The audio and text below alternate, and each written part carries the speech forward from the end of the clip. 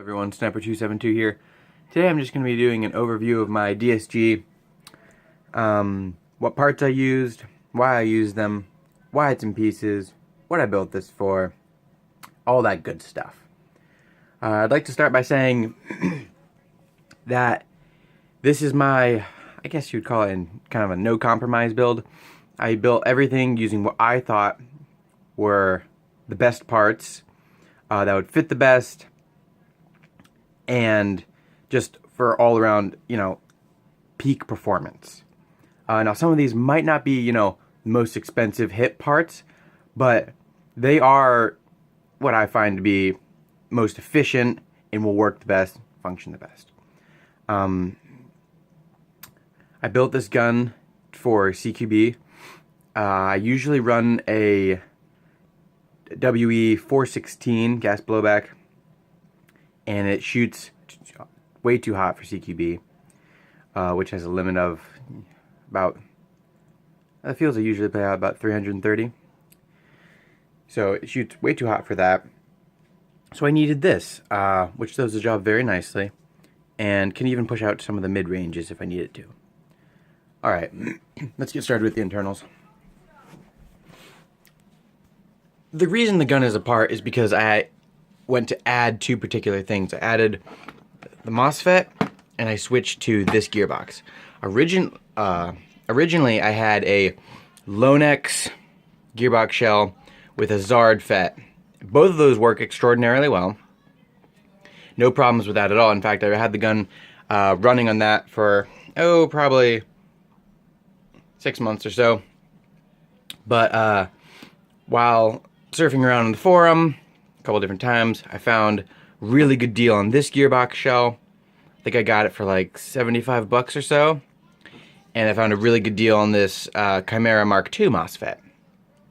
I think this was only, I think I got an even better deal. I think it was like 50 bucks, maybe 60 bucks. No, it was 50 bucks, which is amazing considering these things usually run 125, and people charge more than that because they're in such high demand and there's very low quantities of these ever put out. So I got this one for 50 bucks. It was marketed as broken, but the guys at BTC, I sent it in. They fixed it for me. Great guys, completely free of charge, all that good stuff. So gearbox I'm using is a 7075 series CNC gearbox. It does have the QSC hole for it, so you can quick change the spring guide. It does come with spring guide here. Pretty good. Didn't really have to do any modifications for any parts to work. I like it. The bearings are modified ceramic 8mm. The gear set I'm using is a Riot or Siege Tech 10-to-1 9-tooth set. I went for the 9-tooth since this is no compromise build. I wanted a little bit extra air, just to give you that, that little bit of extra boost of the BB. Also, I went for a slightly longer than kosher DSG barrel length. So the extra little bit of air coming from the 9-tooth and the cylinder matched out with a little bit extra longer barrel length. So I was very happy about that. I mentioned I have my Chimera Mark II MOSFET, which I have not set up yet. There's kind of an issue with it at the moment. I don't know if it's my fault. I'm not really sure what's going on. Essentially what's happening is, if I move this little, when I plug it in, this little switch right here is actually what ends up triggering it and firing it. The micro switch actually doesn't do anything for some reason. I'm not sure why. Maybe it's because this selector plate, while it is built, the selector plate is built for the Retro Arms gearbox shell, so it is a Retro Arms selector switch. It's built for a normal cutoff lever. So this bit right here is extra long. Maybe that has something to do with it. Really not sure. I'm gonna send it and get it fixed. All right. Moving on, we've got our SHS Blue 15-tooth piston. It's pretty standard for a build like this. I think this is a ZCI piston head. Doesn't really matter as long as it seals well. It's fine. and it seals fine. Cylinder, standard brass. Doesn't really have much. There's not really much to say about that. It's just a cylinder. Yeah, going with the thing is, you know, okay, I could use all performance parts. This hasn't been upgraded, but what am I gonna do? I mean, there's either I buy maybe a stainless steel one or carbon fiber one, but it's a cylinder, guys. I mean, come on, it's still gonna function about the same way. Cylinder head, again, same kind of thing. Only real reason to replace is if it breaks. This one's just as good as a metal one right now. Tappet plate, SHS, cut obviously at the end. SHS, maybe ZCI, air nozzle. It's got an O-ring, so, you know, it's not too picky about that. Tappet return spring. This was cut, 4 coils, I think. Again, it's not really a part I bought for the gun. I guess a little bit of detail there. Everything else, oh, spring. This was a SP190. Now, I know what you're thinking. That's really strong. Yeah, but it was an SP190. I cut it down because it was shooting a little bit too hot, and it's actually slowing down my rate of fire quite a bit. It wasn't as snappy as I want it to be. And yeah, okay, cutting down a spring is not a reliable way of lowering your FPS or anything like that, and I know that. But generally, that's because if you don't have a chrono or anything to test it with, well, then you can have problems because you don't get a reliable FPS. I have chronoed this several times, and it actually is shooting a consistent 300 FPS. I think technically it's like 298, 299, but it's shooting a consistent 300 FPS with a 2.5, which translates to about 300 FPS. Is that what I said? 300 FPS with a 2.5, which puts it about 330, 340 FPS with a 2. Which is right about where I want it to be, which I'm very happy about that. So that's that. I think it covers pretty much most of the gearbox internals. I guess we'll move on to the barrel grouping.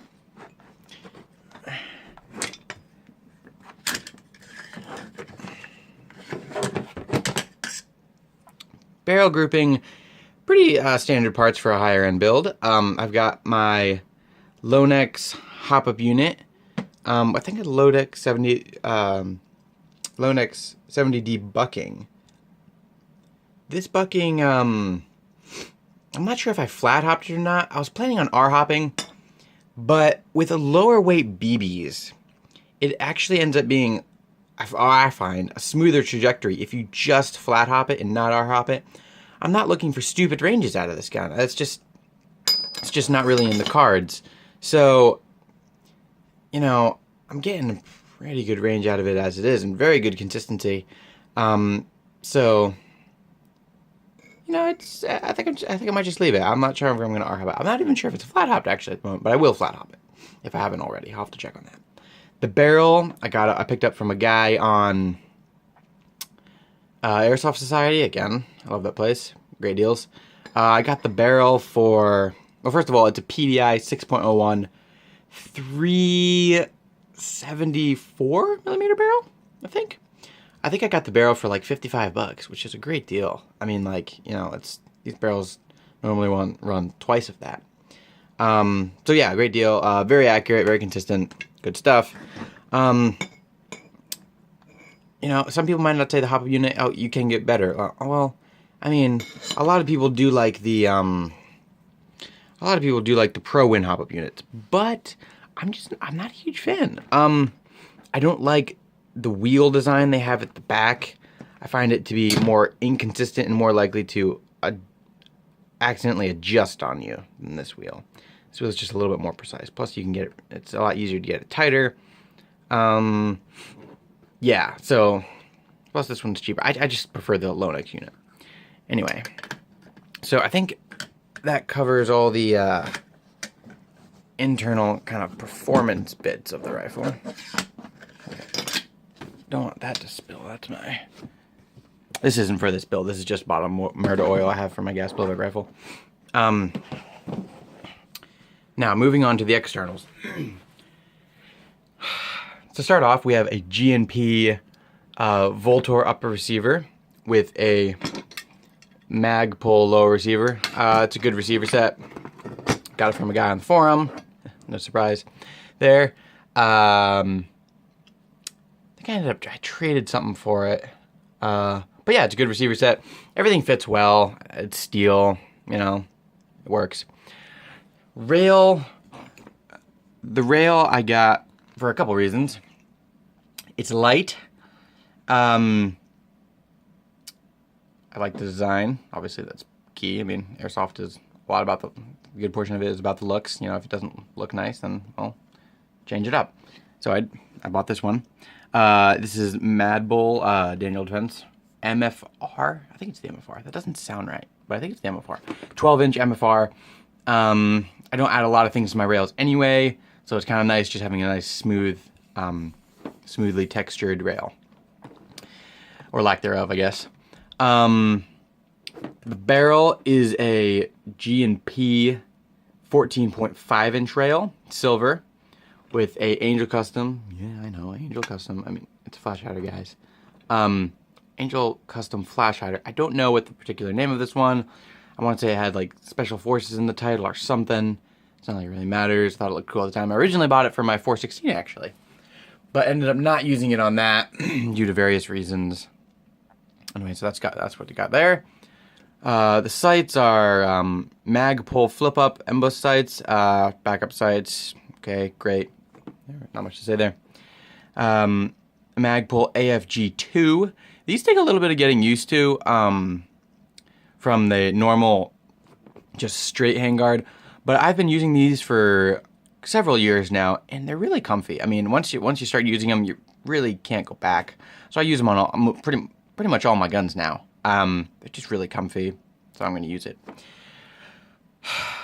This is a Trijicon SRS replica.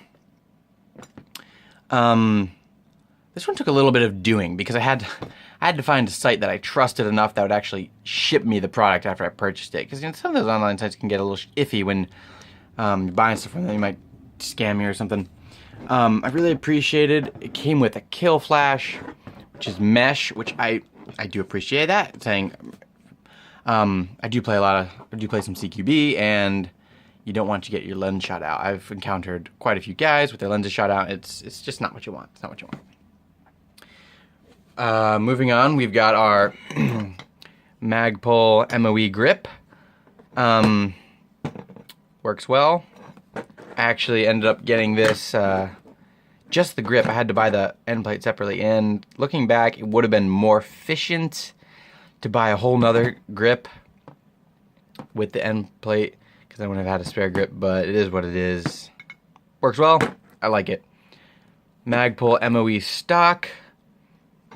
Doesn't really need too much explanation. I got the stock actually with the buffer tube. The buffer tube is also silver. And I planned this intentionally. I wanted to get a silver buffer tube and a silver barrel, so you could have the kind of the theme of the silver running from the back through to the front. And I achieved that. It looks really good. I believe this is a GNP silver buffer tube. It wasn't labeled. I bought it from a guy on the forum, so he didn't say what brand it was. I'm assuming it's a GNP, because GNP makes more unique pieces for your gun. So, like the barrel, not a lot of people sell a silver barrel. So GNP makes some more of those unique pieces. So I'm assuming this is that. I'm using K120s with this gun, and last time I tested, they feed pretty well. Maybe a little bit shaky out full auto, but it's shooting at 340 at about 50 RPS, which actually is going to be, I'm going to be lowering that RPS, and I forgot to mention this earlier with internals, I'm not sure why. The motor originally had running in this gun was a ZCI high torque with 22 TPA, but now this one, I actually use the ZCI can and use a Chioli armature 32 TPA. Now this is to, I just want it as the trigger response to be as fast and quick as possible. Obviously the higher torque you go, the snappier the trigger response is going to be, especially with low ratio gears, which I have the 10-to-1s in here. So another reason I did this is, okay, yeah, 50. A lot of people build DSGs. Oh yeah, you got to get those. You know, at 60 RPS and all. Yeah, it's fun, cool, it's novelty. Is it practical? No, not at all. So what I'm actually gonna end up doing is install the Franken-Torque, and then set the MOSFET to be semi-automatic for semi, and then for full auto, it's just gonna be a 5-shot burst. So I think I'm really gonna like that because I don't really use full auto. Really only use semi-auto anyway. So it's just, I don't see the purpose of full auto that much. It's fun to impress people with. You always get some good reactions when you just, you know, let off rounds of full auto. It's pretty great. To run it, I run it off of this 11-1 160 amp discharge battery. I just tape it to the side of the stock. I don't mind how it looks on the side there. Plus, you know, it looks like you mean business if you got this huge battery taped to the side. I also have this battery that I recently bought for another project I'm having issues with. But this is a 14-8 220 amp discharge battery, which I will be testing on the DSG, but I don't think I'm gonna be running it because I just my poor brushes on my motor. They're just gonna like fry way too quickly, especially because I use a lot of semis. So that's gonna be putting a lot of power on them. I mean, the thing's pretty large. Yeah, so I'm probably not. I will be testing that, but I will not be running it. And I think that's about it. Hopefully, I'll have this gun put back together soon-ish, maybe. I will send it. I have to send in this MOSFET to get it fixed. Then I'll be putting the gun back together. I have no reason to assume why I shouldn't really have to troubleshoot it too much because everything was working when I last had it running. It was working perfectly, so you know, that's how it is. Anyway, so this has been the DSG overview. Hope you guys enjoyed the video, and I'll see you in the next one. Sniper272 signing out.